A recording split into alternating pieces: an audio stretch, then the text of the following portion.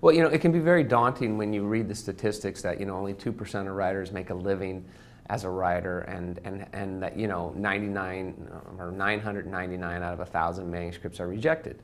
And, you want to believe that you're going to be that one.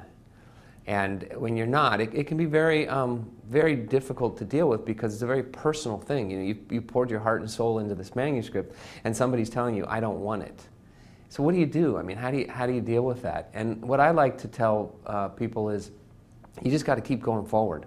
When you feel that book is really ready, and don't be naive about it, really understand when it is ready, and when you can't edit it anymore, and people have read it who are not your family and friends and have said, I like this, it's good, then it's time to send it out there. It's time to put it out there and let it go, and then you start on the next book, because it might not be that first book you wrote. It might be the second book that catches somebody's attention, or even the third book. But you can't keep writing and writing and writing out of fear that it's going to get out there and it's going to be rejected and you're going to get hurt. You need to look at it as sort of a badge of honor. When you get a rejection letter, you only got that rejection letter because you were willing to put yourself out there and put your work out there.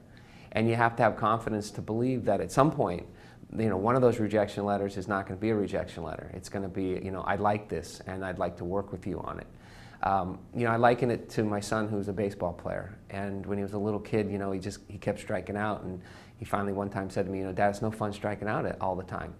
And so what I did is I got him a hitting coach, and to teach him really how to hit. And so, if you start getting rejection letters, it's important not to ignore them. It's important to take them to heart and to understand, okay, I'm not doing something right. I did it. I mean, the Jury Master was rejected many times, and at some point I finally had to step back and say, okay, I'm not good enough yet. What more do I need to do to become so good or good enough that I'm not going to get that rejection letter? And that's what I tell writers is, learn from your mistakes, study the craft, get as good as you can, and then when your book is ready, send it out. Thank you for listening. Please review our other available content for help writing, publishing, and marketing your book.